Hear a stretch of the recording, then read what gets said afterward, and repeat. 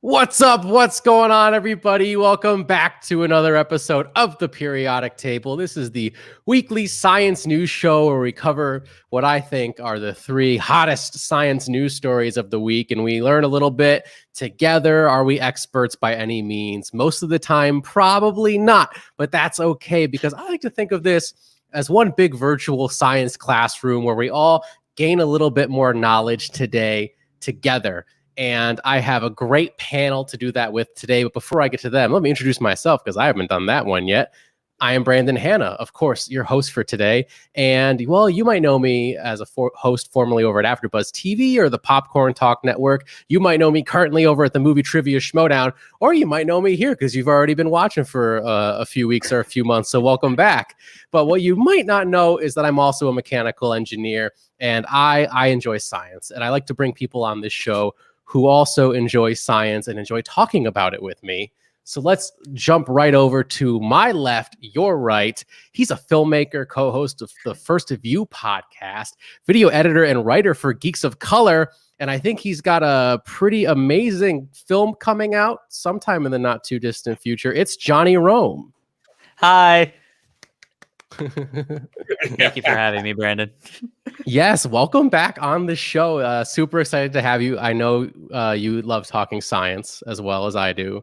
So it's going to be a blast to have you here. And also welcoming back another person who hasn't been on the show for a while, but he wears that shirt he's wearing periodically, just like he likes to be on this show periodically. And I hopefully have him back more in the future, but let's not talk about the future. We're talking about today. He's a host, author. You might have also known him formerly over at AfterBuzz TV. He's the CEO and founder of JLJ Media, and you might have seen him over at the Jimmy Kimmel Show lately. It's James Lott Jr. Yeah. I like to think that you said we're talking three of the hottest topics in science. We're three of the hottest men talking about science and this week. Of course. I would be inclined to agree. Welcome back to the show. Thank you for having me. I love science. I'm a nurse. I love science. Don't be nervous. The science will make it easier once we get into it. But we do have a great show for you all here today. Starting with, would you eat this 3D printed steak? There are 3D printed steaks out there being grown in labs, and would you eat it? I might. We're going to talk about it. We also have scientists finding the missing link behind first human languages. There was an experiment done figuring out ways that people originally might have communicated many years ago. And there's some interesting things to jump into there. But also, we do have a special segment for you all this week, and I'm calling it A Bit of Good News. This is a science story that I think is inspiring and could lead to some amazing developments in the future. And we are talking about a scientist, or multiple scientists, partially restored a blind man's sight with a new type of gene therapy. But before we get into all that great stuff, let's jump all the way back up to our top story for the week. Would you eat this 3D printed steak? Or as the article here from Science News for Students calls it, no animal died to make this steak. So let's jump right into this article. And it starts off saying, it looks like steak, it cooks like steak, and according to the scientist who made it and ate it, the thick and juicy slab smells and tastes like a steak, a ribeye specifically, but appearances can be deceiving. Unlike any steak found on a menu or store shelf today, this one didn't come from a slaughtered animal. Scientists actually printed it earlier this year with something called a bioprinter, and the machine is much like a standard 3D printer, but the difference is it uses cells as a form of living ink. So for all you guys who, obviously, we're all aware of 3D printers, but there's different types of 3D printers, but nonetheless, all of them kind of layer in material one after another. There's polyjet printers out there that work a lot like the printers that you use for paper in your homes that just kind of like go back and forth and layer it one on top of another. And then there's FDM printers, that stands for fused disposition modeling, and it kind of just like goes like one row at a time, very slowly. So I'm wondering exactly what type of printer this bioprinter is. But before I jump down that rabbit hole and get into the questions that interest me, I want to get into the questions that interest you. So Johnny, let's go over to you first. what was your main takeaway out of this article? Did you find anything particularly interesting that really stood out to you as like, wow, I didn't know this before. I learned something new today, and this is great. And also, most importantly, would you eat this 3D printed steak?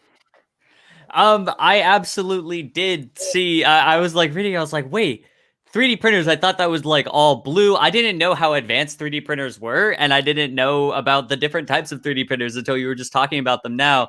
But look, over the pandemic, I got really into cooking. I love cooking different cuts of meat. This is fascinating. This is really fascinating because this is a whole different like I mean, what is it? It sells from the cow stem. If I like the stem of a cow.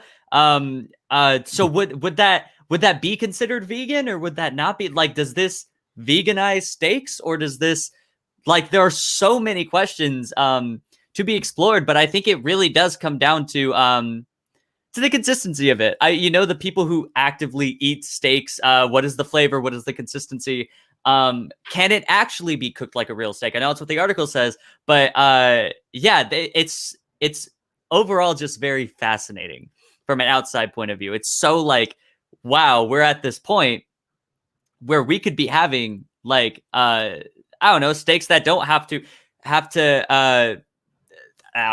sorry, steaks that won't have to where we won't have to see cows go through the horrible treatment that a lot of them go through in a lot of meat making plants. Not very scientific terms here, but you know what I mean.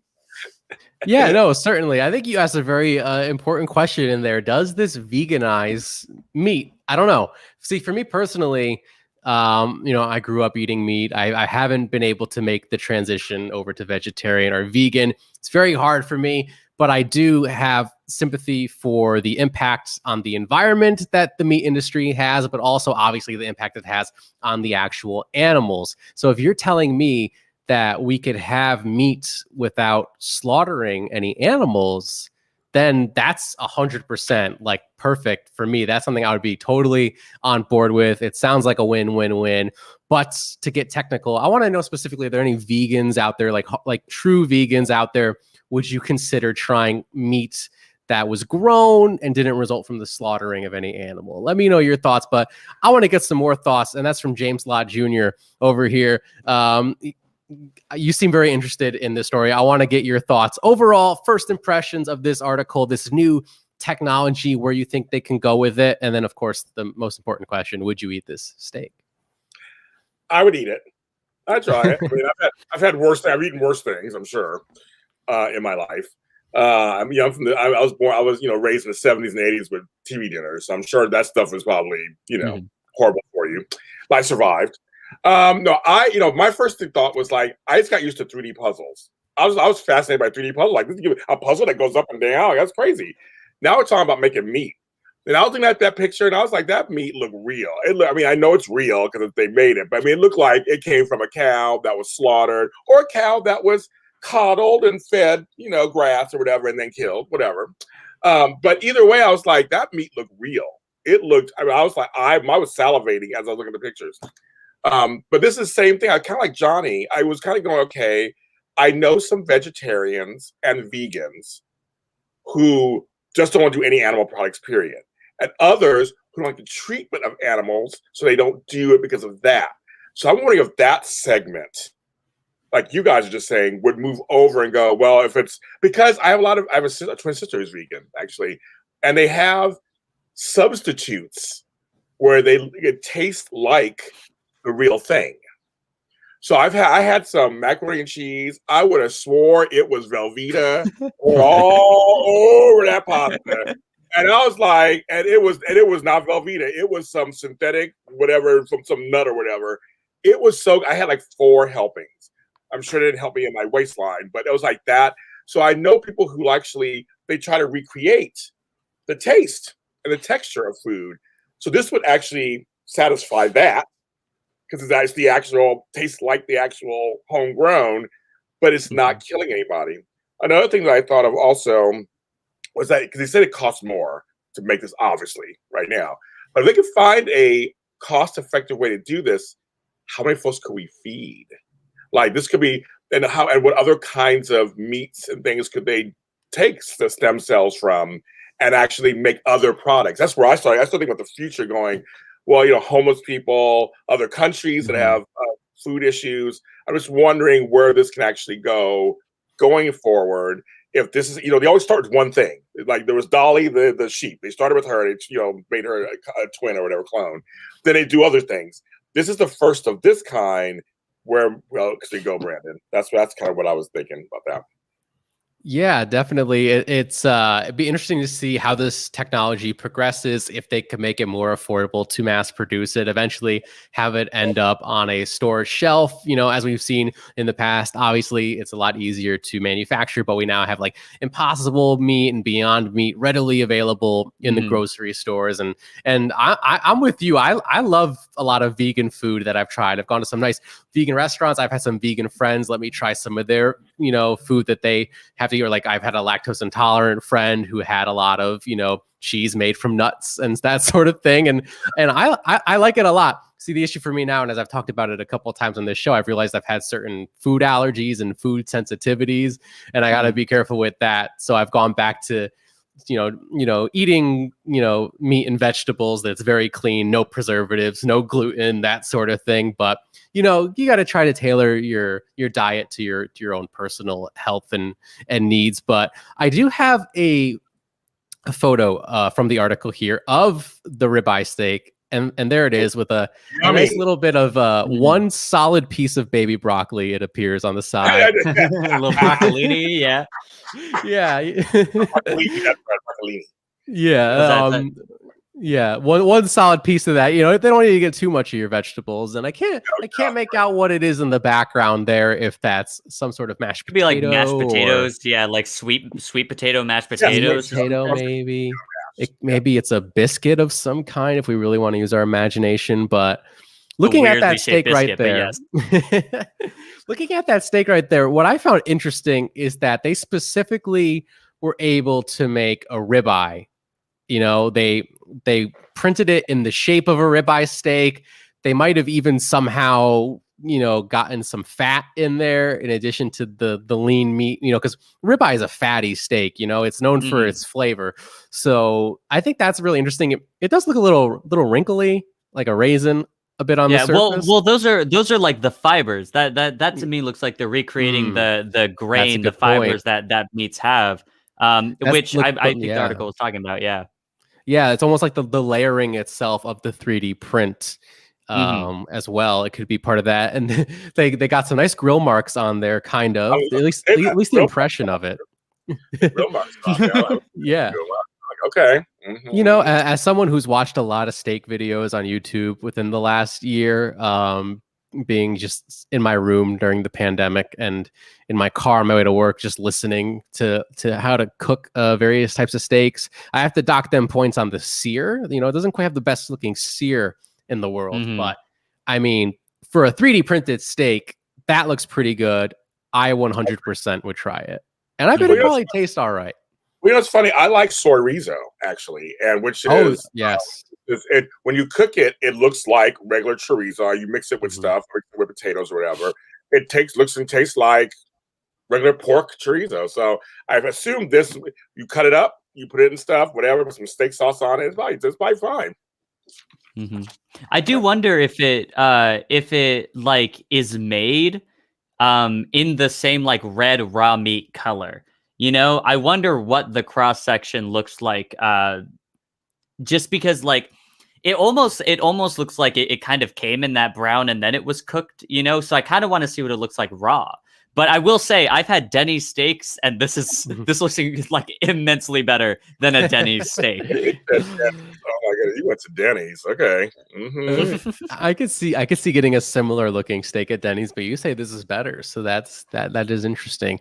I was thinking the tenderness of the steak is probably pretty good.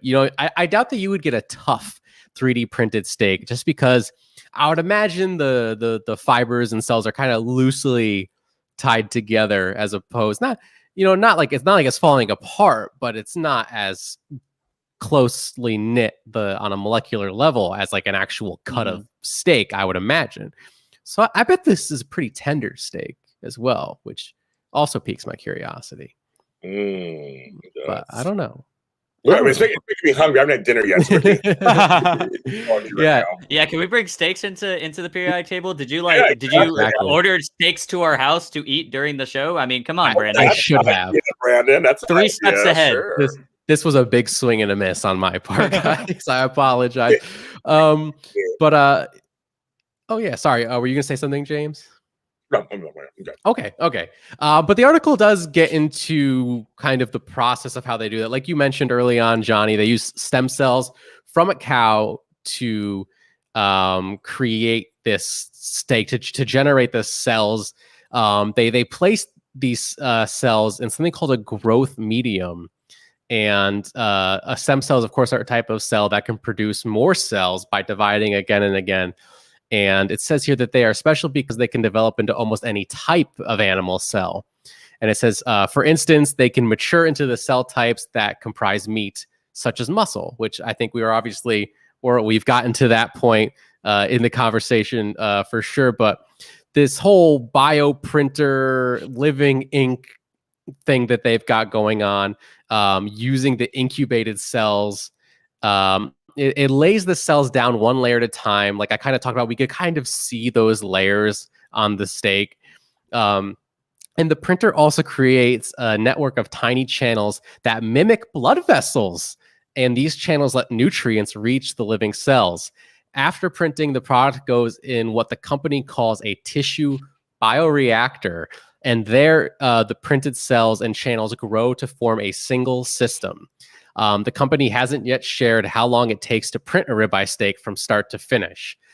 So I do wonder what that time is. Do we have any guesses on how long it takes one of these steaks to print? Johnny, you want to take a guess? You got to run it through. So you have to print it and then run it through the tissue machine. I don't see BJ's being like, yeah, let's have one of these back here. You'll have your steak in a couple days. I feel like it's a lengthy process. So I think that's another thing, like we were talking about, can we make it cost effective? Can we also, how quick can the process be? Can we make it in a way where it could be served in restaurants? Do restaurants have to pre-make it days ahead of time, weeks ahead of time?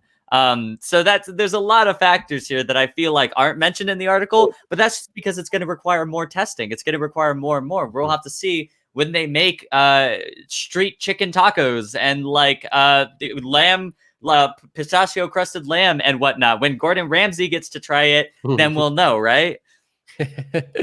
Yeah, it's a good point for sure. I would love to see Gordon Ramsay criticize this steak, hopefully with a mindful eye. But as someone who works in the engineering field, I've worked with a lot of different 3D printers that print different types of plastics, and I feel like something about the size of a ribeye steak, depending on the printer, because different printers print at different speeds, and also depends on the material and how accurate you want your print to be. It could be anywhere from like a couple hours to like a half day or more. So I can't imagine it takes any quicker than that to print meat and then to make it go through all this process. So it sounds like it's a ways away. Definitely not something you'd be able to grow at the restaurant, but maybe if it's shipped to the restaurant, just like any other steak, and then you throw it on the grill, that's a possibility. But the company does say here that they predict that within 2 to 3 years, these steaks could potentially reach supermarkets, which I think is pretty soon. That's a pretty ambitious goal based on seeing where they're at. They won't divulge how long the print takes. And the company plans, we'll be back in 2 to 3 years, right? To do our own little test online. Test. Yeah. We'll all the three of us will come back and do a taste test and see for ourselves. But it says here the company plans to start selling its first product, that thin cut steak, next year. So we'll see. We shall see. Maybe they'll sell it online, or I don't know how that's going to work. But a lot of stuff to get into. We'll wait. We will definitely come back. James, before we move on to our next topic, do you have anything to add to the steak conversation? And I'm worried you might be frozen now looking at you. Johnny, do you want to take the question? No, I think I've said everything. I'm really excited to hear what James thinks. No. Me too. But there he is. He's back. Can he hear us? I'm back now. It keeps saying, move your router closer. It's like literally I'm sitting on it. My router, I'm literally sitting I don't know how any closer I can bring it to them. I'm here. Sorry, here we go. Sorry, folks. This is live. Sorry, everybody. Hello. This is live TV, guys. No, James, I just wanted to throw it over to you one more time before we left. Any more closing thoughts on the 3D printed steak? Will you come back and join us in 2 to 3 years? I will. 2 years. 2 years, I'll be back. I will try it. I'm not afraid. Like I said, I've eaten worse things, I'm sure. I'm ready to try it and see how well it tastes and be a guinea pig. I'm ready to do it. So I'm just curious how as it goes forward. I'm really curious what this creates out of that. I'm very curious as well. As a science lover and as a food lover, I'm totally in. Yep. Let's do it. Let's hope this technology progresses. But before we progress on to our next topic, I just want to thank everyone watching live at home. We have Kirsten, Marie, James White, Jake Iacovetta, and of course, Sabrina Ramirez here as always. Thank you so much for watching live, being a part of the conversation. Sabrina immediate saying that she would not eat this steak at all. I say, come on, put a little more faith in the science food. I think Sabrina, we'll all cook a cut. We'll do it different ways. We got you. We'll do steak tacos, steak fries. Like Sabrina, we got it. All the season. It's all about the seasoning. It's all about that. It is.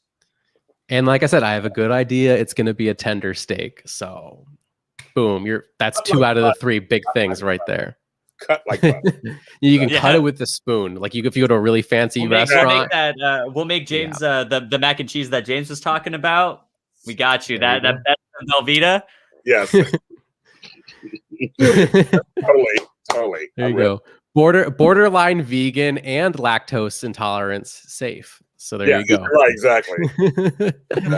But let's move on to our next story. I tried to think of a clever transition, something with lactose and our next story, but there's just I cannot draw that line possibly. So let's just talk about. There's no link. There's no link. There is missing link. Missing link. There you go, Johnny. Unless the scientists have found it, of course, and that is what they've done. They've found the missing link behind first human languages, and this story is coming to us from Live Science. And guys, as always, the links to all the articles are in the description down below if you want to check them out, read for yourself, and dig a little deeper down that rabbit hole of science and learning goodness. But as a new study has shown, for the first time, that humans recognize the intended meanings of iconic vocalizations, basic sounds by people to represent specific objects, entities, and actions, and that is regardless of the language that they speak. These vocalizations, such as the imitation of snoring to denote sleep or roaring to denote a tiger. I want to know how many people thousands of years ago encountered tigers. I can't imagine it was all over. Probably more than we do. Probably never. More than I do, unless you frequent the zoo, I would imagine. Exactly. But these vocalizations could have played a crucial role in the development of the first human languages, and this is according to researchers. And they have done an experiment with, let's see here, guys. It says it was an online experiment, actually. So COVID safe. Researchers exposed 843 participants who spoke 25 different languages collectively amongst themselves, not each person speaking 25 different languages. That would be very impressive all on its own. But I think it would also add a personal bias to the experiment. But they brought these 843 participants together, speaking 25 different languages amongst them, to iconic vocalizations representing 30 meanings that would have been key for survival of early humans. And the participants then had to match the sound to one of 6 words, including the intended meanings. And the intended meanings for vocalizations were grouped into 6 main categories: animate entities, which is child, man, woman, tiger, snake, or deer. Inanimate entities, such as like a knife, fire, rock, water, meat, 3D printed meat, fruit. Actions, which is gather, cook the 3D printed steak. hide from the 3D printed steak, cut the 3D printed steak, pound, hunt, eat, or sleep. And I can't believe I didn't say eat the steak, but I kind of I pounded that one into the ground a little too much. Yeah. Beating the dead horse. Oh, yeah. I'm beating the dead 3D printed horse. So also, guys, properties such as dull, sharp, big, small, good, bad, quantifiers, obviously counting 1, 2, 3, 4, or many of something, and finally demonstratives, which is like saying this or that. And it says here in the article that the least recognizable vocalization was demonstrative. That in particular, it had an accuracy of 34.5%. However, it was still over the 16.7% expected chance. So the participants actually did significantly better with what they thought was going to be the most difficult vocalization to recognize. But in general, people accurately identified the meaning of vocalizations that they were given 64.6% of the time on average. So I know this is a lot to unpack. This is a lot to unravel, but I wanted to kind of get into the experiment itself and really kind of sink our teeth into what was once the steak, but is now the missing link behind the first human languages. James, I want to throw it over to you first. What was your overall thoughts on this article? Did anything stand out to you as particularly interesting? I want to know your thoughts on the experiment specifically, and do you think this now does in fact give us a better understanding as how the first early human languages came into being? Okay, yes. Okay, what time do we have? Just kidding. Well, number one, it's talking about there's 5 languages, ancient languages that are still not deciphered. They said that in the article, which is kind of crazy. There's still 5 we haven't deciphered yet. That's number one. Number two, I just read an article the other day that sound that should be identified with a sound, that they're going back to sounds as part of language. Gary Vee, if you know who he is, everybody, he's everywhere, has a sound. It comes on whenever he does a video. In the middle of it, he stops for a second, there's a little noise, and it goes off. And they talk about this thing about how sounds are universal. And in the article, we gesture and I've been to other countries. I speak 3 languages, so I'm very fortunate, but I don't speak 25 languages. So there's countries I've been to where I'm like, where do I go? I'm like, baby, there's things that we do. The article talks about this, that gestures and sounds, grunts, facial expressions, that's language also. That's language. Body language, but it's still language. But that's just funny. I just read this article about how sounds actually are way more important than we give them credit, and that sounds can become a signature for us as who we are. And so read this article and how all the study and how they picked folks who spoke different languages. I was very proud of it. They went around and got people from all different places. So it could be very broad. So it could be a very broad study. And it's just, I think it's, back in the day, I would say there was a lot less and a lot more of some things, a lot less of others. We have a lot. Language, of course, has evolved and changed over the years, and it gets more and more crazy. Especially English language is crazy. Other languages are way easier to learn than English. This was very interesting to me. I'm very curious to see, if they can. I mean, I really enjoy that they're finding the links to our past, which actually might serve us today and in the future. Again, back to that the 3D printed thing. It's like, what I'm always thinking, what more will come out of this? And will it be able to decipher the other languages that I haven't deciphered? And what does this mean for language going forward? So that's kind of, so I thought it was a great article. Yeah, definitely. And, you touched on using different hand gestures, and like, if you're in a different country, you don't know the language, like, how do you communicate? You need to go to the bathroom. What are you going to do? And it makes perfect sense. But I thought it was interesting. This article does kind of touch on, there is a little bit of like conjecture and like disagreement in the scientific community, where some scientists believe that the hand gestures and body language came first and then was followed by spoken vocalizations. But then other scientists are now thinking, especially with this type of experiment, that the vocalizations actually came first, and then the body language and hand gestures were like added to these vocalizations as time went on. So I mean, but granted, don't you think that we tried to talk first, didn't we? Or I mean, I would think that would come first, and then the movements would come after that. I would think that I'm old, but I wasn't there. I don't know for sure, but I just feel like, I mean, even as you know, I have 2 daughters. I mean, as babies, I mean, they grunted first, they cried first. Vocals were always the first thing. Then the movements, the pushing or the hitting or the stuff that comes later, that came secondary. So I kind of feel like, wouldn't that be a natural evolution of man anyway? It would be vocal first, vocalization first, and then movement. I don't know, Johnny. I don't know what you mean. I mean, that's kind of what I'm looking at. Yeah, I mean, it is interesting for sure, but it does seem like science is now kind of leaning in the direction that you're saying, that the vocalizations came first. And from your own personal experience, it does kind of make sense when you have a kid and the first thing they try to do is speak, not like point or like, you know, kind of like try to make some sort of gesture that is kind of hard to do without speaking first. But we'll have to wait and see if we have any more developments on these types of experiments, and like you said, what they can teach us going forward about maybe potentially being able to decipher languages that up until now we haven't been able to crack the code on. But I want to throw it over to you next, Johnny. What was your overall thoughts on this article? Did you find it as interesting as James did? And did anything really stand out to you as particularly interesting that caught your attention? This was an article I read a couple times because I needed to fully wrap my head around it. Not saying like, oh, I'm one of these people who can't comprehend people living way in the past. Obviously Eternals is about to prove me wrong, but just knock my narcissism down. But sorry, no.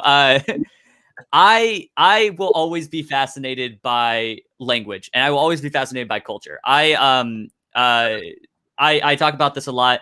I'm Korean American, but I was raised by Hispanic families, you know, and I don't. So I have a love for different foods, different languages, and just the way people communicate with each other. I think it's very beautiful. And you know, there's only so far back in the past that we can really interpret things and really understand how it was. I think that this is fascinating. I don't know how much I could speak to it. I don't know how much I can have said, oh, I read the article and I totally get stuff. More than anything, I'm fascinated. And that's my relationship with science in general, is just, I'm fascinated by a lot of things. I don't know a lot of science, but I'm fascinated by it. I love that we're getting to a point where we can, the history that wasn't documented, we can redocument that history. We can, like, that there are people who, as many people as there are trying to cure diseases and make synthetic foods, there are also people trying to reveal the past, uncover the stuff that we just can't go back and physically touch, that's not tangible to us, that we will never know. And I think what I love about this article is the hope that it gives me, that we are getting to further places where, Brandon, I can look at you just completely wasted, drunk, and be able to go like this, and you'll know there's a snake behind you, Brandon. That is what my goal is in life. So I am happy. I am fascinated by this article, and I'm fascinated by these studies, and it makes me want to learn more. It makes me want to follow this kind of oh my gosh, what's the anthropological stuff, like just going forward. That's what I got from this article, and I really hope Eternals did their research, because I better see if Cersei isn't to warn someone about a snake, then I don't know, man. I don't think the mark. well, maybe they made a hissing sound first. Yeah, you're right. That's true. Maybe they made a hiss or a rattling sound. If you can make a rattling sound, yeah, maybe that would be impressive. You go, yeah. But you know, this article kind of has like a chicken and the egg thing going on between the hand gestures and the vocalizations. You know, maybe you start off making a hissing sound, but then you could make the hissing sound and you kind of maybe like do this, like a slithering motion with your hands.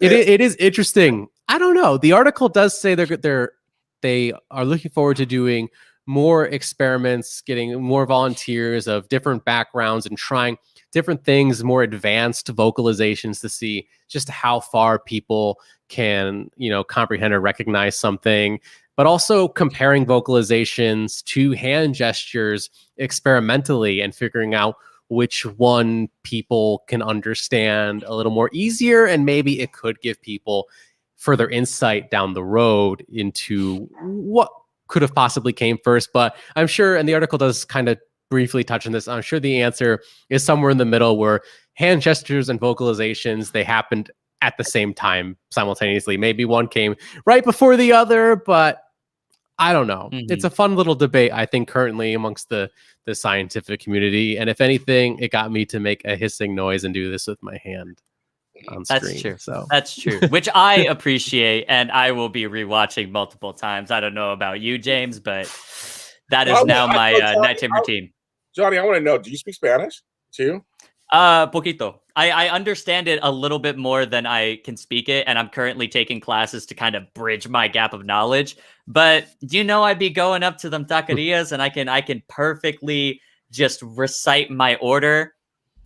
I also learned how to make a lot of foods like pozole, tamales is something that I'm currently working on. I love it. I love it so much. Yeah, I'm half Latino, so I'm Puerto Rican. So I do know. Oh, awesome. I speak Spanish, but está bien. So you'll be fine. You'll be fine. I was fascinated by that. I'm like, Korean, but you're like, I love it. Yeah, I'm learning Korean stuff. Sorry, this isn't. We'll have our own little soiree after this. It's about languages. I thought it was fascinating. You said that. Yeah. But yes, the hissing sound, the thing that Brandon did. Yes. Yes, I'm happy that exists now on the internet. Thank you. You're quite welcome. Actually, I've got some percentage of Puerto Rican in me as well. But I don't really speak any Spanish at all. It's a part of the familia. It's fine. Yeah, I took some Spanish in middle school. Not at all in high school. And then I took 2 college semesters of Spanish crammed together over one summer, and I did really well. But the moment I stepped out of my last final exam, it all just disappeared. It all just went away. Well, now we're gonna have to learn what the Spanish terms are for synthetic 3D printed asada. Exactly. We have to deal with all those words. So we'll have a tutorial. We'll do that later. Yes. Come back next week for the all Spanish episode where we just cover the same topics. The Spanish dub. We'll each dub each other. It'll be great.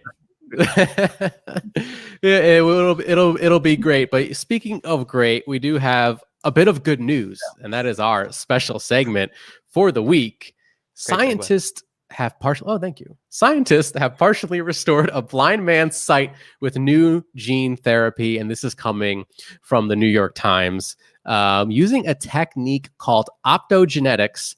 And I feel like we've talked about similar stuff on this show before. Researchers added light-sensitive proteins to the man's retina, giving him a blurry view of objects. A team of scientists announced Monday that they had partially restored the sight of a blind man, like I said, by building light-catching proteins in one of his eyes. Their report, which appeared in the journal Nature Medicine, is the first published study to describe the successful use of this treatment. It says here, a quote, seeing for the first time that it did work, even if only in one patient and in one eye, is exciting, according to a neuroscientist at the University of California, Berkeley, who was involved in this study. So this is, I think, pretty, optimistic. Optogenetics, optimistic. This is a very positive story, I think, in my opinion. Oh no! What have I signed up for? Oh, what have I done? But no, this is a really yes. What have we done? There you go. This is I think a really positive story. And speaking of scientific studies, experiments, that discoveries that could lead to something incredible, in the future, this seems like one that we should be talking about. So, Johnny, I want to throw this over to you first. What were your overall thoughts on this story? Was this something that surprised you? Like, it surprised me in a very, very good way that they even are working on such a technology, and the fact that they are using this technique to restore sight in a blind man's eye, even if it is super blurry. That is something that is super promising to me. I imagine you're on the same page. Yeah, look, I have to very quickly just commend you for choosing 3 articles that are so vastly different in terms of what they discuss, because that's the great thing about science, right? You have scientists who again are working on curing ailments. You have scientists that are working on trying to solve world hunger, or at least creates vegan and vegetarianism, and making that a little bit more, you know, I don't know, 3D printed meat, and then also trying to understand history. There's so many like things about science moving forward, going back, and this obviously is just a huge deal. Like I mean, we see all these stories, colorblind glasses helping helping colorblind people who have hearing loss able to you know, get remnants of sound. This is a huge step. You know, it's blurry objects, but it's objects. It's something, and that is just so beautiful. To just have people constantly be working on pushing humanity forward and helping things that just couldn't be helped before. I think this is an absolutely beautiful story. It warms my heart, and I'm really excited to see what this holds. I mean, you said it already, but I think this story and all the stories we talked about really just show how much science does, how much more it is to us, to people, to the world, and just the excitement of what comes next. This one is exciting. Yeah, it certainly is. And to see something like so small, because it is, like they say in the article, it's a far cry from giving a blind person full, complete vision, curing them. The 58-year-old man from France who was the, I guess, test subject, if you will, for this new technology, he had to wear special goggles that gave him what they call the ghostly perception of objects in a narrow field of view. But this is also the result of 13 years of hard work by these incredible scientists. And it's a proof of concept for what they're saying are much more effective treatments to come. And something that I didn't know going into this article was exactly what causes blindness, especially from different types of, there's different types of, I guess, forms of blindness caused by different types of disorders, but they're mostly stem from robbing these disorders rob the eyes of essential proteins that we need for vision. And this is a proof of concept, like I said, for treatments in the future that I think are going to try to restore these proteins in, you know, people's eyes who unfortunately suffer blindness. So for me, that was something that I learned for the first time. Like, wow, this is what like causes blindness in people who have, you know, various types of conditions that causes them to lose their vision. I didn't know that. And the fact that we now have potential treatment to restore these proteins that are missing, it's really fascinating. And like I said, it's a really uplifting story for what will hopefully be, I will say, if I had to choose what's going to come out first, this or the 3D printed steak in my supermarket, I'm picking this story 10 times out of 10. But James, I want to throw it over to you next. You know, like I said, I just learned for the first time about these proteins in our eyes that allow us to see. This was something that I didn't know. Was there anything similar that you found in this article that you're like, wow, I didn't know this. I'm learning this for the first time. This is really cool. And overall, were you as inspired as me and Johnny were reading such a positive article?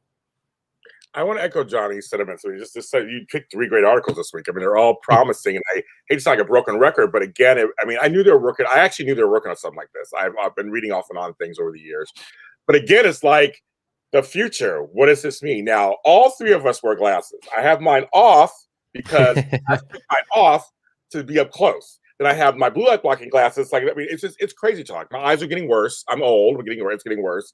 So I'm thinking, hey, how does this affect us later with eyesight in general? Because some of our eyes do degenerate, and the degeneration does happen for many of us, and they do get worse. You know, ocular pressure, all those things that happen. I'm just wondering if this is a gateway also to that technology coming up at some point, because this is very inspiring. This is very hopeful, and it's a very hopeful story. So there are people who are deaf who hear a certain pitch of something all of a sudden. That must be amazing. Now I know when you play it, you don't play people's eyes. When it comes to eyes, you get a little nervous.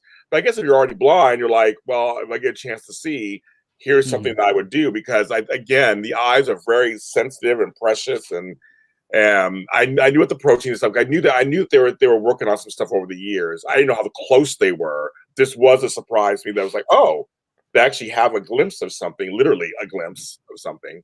And I'm just very excited to see how this works for the whole eye community and the industry, just because this is just the beginning. I mean, this is completely just the beginning. And I love to be able to go somewhere. I'm not talking like I know LASIK is one thing. I'm talking about other things that we could do that possibly would maybe be less invasive.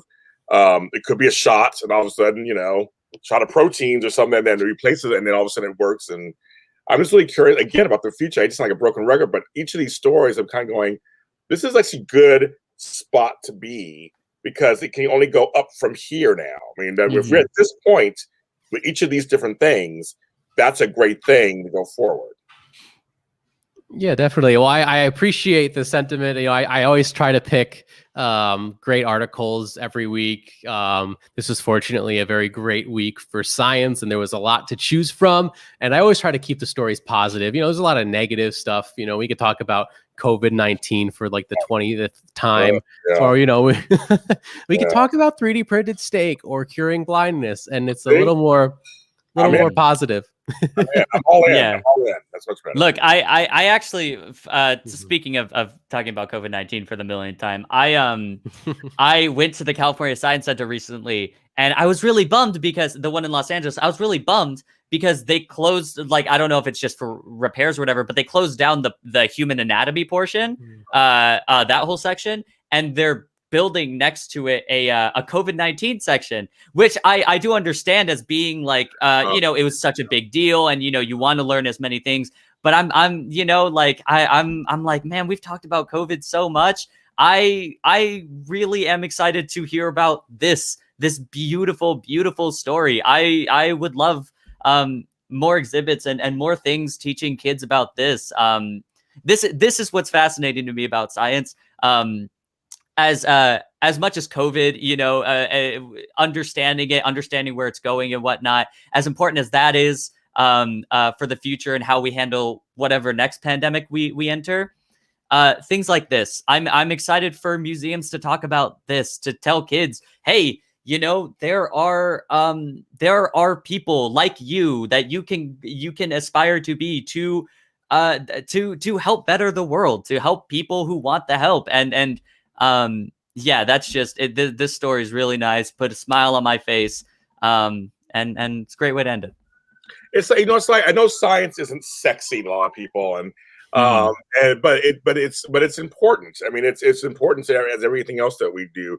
Law and order. Hospitality, creative stuff. Film work and everything. We do all the stuff we do.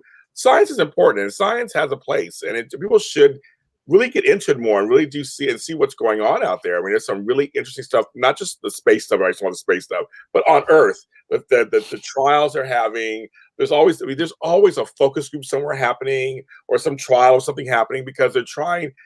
All these scientists are trying to find ways to better our life, or find alternative ways to create something that can, again, better our lives, or better society, or better the world. We need more people to kind of not be so, closed off to, or write off science in this general swath of just kind of like, it must be boring. Science must be boring. No, there's some exciting stuff actually happening. This 3D meat. I'm like, who would have thunk of some 3D meat that looked like meat? I'm like, that looks like real steak. I'm starving. I'm going to decide what to eat after we get off this. Yeah. And that made me hungry enough that I'm like, I want some food. It's like who would have thought that was I didn't know that was happening in science. So I mean, there is some stuff that's a lot of fun, and that's why I love coming on the show and stuff, because it's like there's some interesting stuff out there, and it shouldn't be relegated. I'm not a nerd or a geek or anything. I was one of the popular kids in high school. But I like science. I like science. I mean, I said I went to nursing, and I did all that for 10 years. And I mean, I think science it's a great thing. And I think so. Thanks to you, Brandon, for this. I think it's great. Yeah, no, I'm glad, and I'm glad you guys really, appreciate coming on the show and like talking about these incredible stories.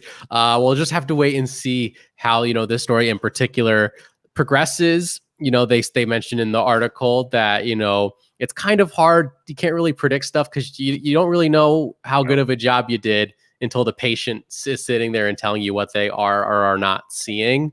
Yeah. But it is optimistic. They are looking into different types of optogenetic proteins that will potentially down in the future allow patients to see without the use of funny looking goggles. But I'm with you, James. This is actually a combination of my glasses that I used to see, but it also has the blue light filter. Yeah, right. Yeah. So I'm good to go. Do I look at the world through a yellow tint every single day? Yes, but my eyes are being protected. Exactly. And, see, I wasn't smart enough. I was not smart enough, and now I get eye strain so easily from looking at devices, and now I'm just beating myself up every day.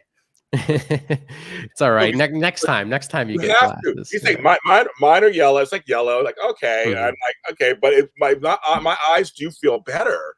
Like, I don't know about you, Brandon, but my eyes, I used my eyes to water a lot more, and they were to be irritated. And I'm telling you, the blue light, I haven't gotten them in my glasses yet, but I mean, I got separate glasses for them, and I just switch it off when I'm not on a computer. So yeah, Johnny, do it. Get it. So save your eyes. Yeah, save your eyes. Everyone watching, save your eyes. Unless you're watching this show, of course. Then if you don't have the glasses, at least still watch the show anyway. Because I really appreciate your support, and I appreciate Johnny and James coming on the show today. It was super amazing to have you both on. I'm glad that you've both spoken up about how you love coming on the show and talking about positive science news stories, and that's exactly what I love to hear. That's exactly what I'm trying to do. So I'm glad that it's a mutually beneficial experience for all of us. And yes, if the audience wants to support something you guys are doing, Johnny, let's throw it over to you first. Where can the good people find you and plug anything you need to plug? I know you work on a lot of amazing stuff. Okay, so Twitter and Instagram at It's Johnny Rome. Also on YouTube, Jonathan Rome. I'm gonna be doing a couple more behind the scenes things to my short films and talking about filmmaking, but also just the personal struggles I go through with ADHD and medication and whatnot. And I just finished a movie called Cardboard Castles. Big movie with non-binary leads, and it was a lot of fun. And we are looking to do some fundraising events to benefit some non-binary and trans equality charities and organizations, nonprofits later in this year, where you can see the film, win some cardboard art, and much more. So just follow me on Twitter and Instagram, and It's Johnny Rome, and stay tuned. Awesome, guys. Go check out everything Johnny's doing. I cannot wait to go see Cardboard Castles. What you post about it on your Twitter looks really great. So I'm really looking forward to that one. James, thank you so much for being on this show again. It was so great to have you. I know you are also working on a lot of incredible things. Let the good people at home know where they can find you and how they can support what you're doing. Thank you, Brandon. And John, if you need people to be interviewed on shows, I have shows on my network that we can have them interviewed to promote your film. So just let me know. We'll talk. Just let me know. And I'm saying that because I have an online network. It's called JLJ Media, and it's on YouTube under JLJ Media, and of course on every audio streaming platform you can think of, from Spotify to iHeartRadio to Apple to Google. Just go JLJ Media. I have over 35 shows on my network, from soaps to Star Wars, from me Left-Handed to Grandparenthood, and I have 11 audio dramas, 10 of which I've written, directed, and produced. With over 400 actors, and my actors, like yours, they're all kinds of people from all walks of life, all genders, all races and orientations. We don't care. It's all fun, and we're trying to lift each other up. And that's what my channel. My channel is all about diversity as normality. So that's what I do there. So check that out. I have some books. They're on Amazon. I'm releasing my 40th book in a couple of weeks. It's coming out, so stay tuned for that. And you can follow me at James Lott Jr. everywhere. James Lott Jr. 1, James Lott Jr. Just type in my name, and you will find me. And I might be back on Jimmy Kimmel soon, so stay tuned for that. Yes, for another performance. Awesome. I love that. Stay tuned for that. Go check out everything amazing that James Lott Jr. Is doing, JLJ Media, all that, and 40 books. Wow. I can't even imagine writing 1/4 of a book. So I love it. that is impressive. And guys, you can find me on Twitter and Instagram at Brandon Hanna 07. If you're already watching, you found me on my YouTube channel, youtube.com/Brandon Hanna. Guys, please, I forgot to say this earlier, like this video, hit that subscribe button if you haven't done so already, hit that little notification bell so you don't miss a thing. And if you're watching on the replay, leave a comment down below. Let me know your thoughts on some of the science news stories that we talked about today. And also immediately following this show, I'm going live once again for Brandon Hanna Live, which is a monthly show that I do on this channel where I just talk to you about what's going on in the world of movies and pop culture. And it's more loosely formatted than this show. It's kind of like a hangout. So if you don't have any plans, stay tuned. That will be starting here shortly. And of course, I also, like most people these days, have a Patreon, patreon.com/Brandon Hanna. If you feel generous and want to support me there, see if becoming a member of my Patreon is right for you. I would love to have you join our little community that I'm trying so hard to build over here on my YouTube channel and beyond. So thank you so much for joining us all here today. I'm trying to remember anything else I got to plug. No. All right. Thank you, Johnny. Thank you, James, so much once again. And thank everybody watching for taking time out of your day for this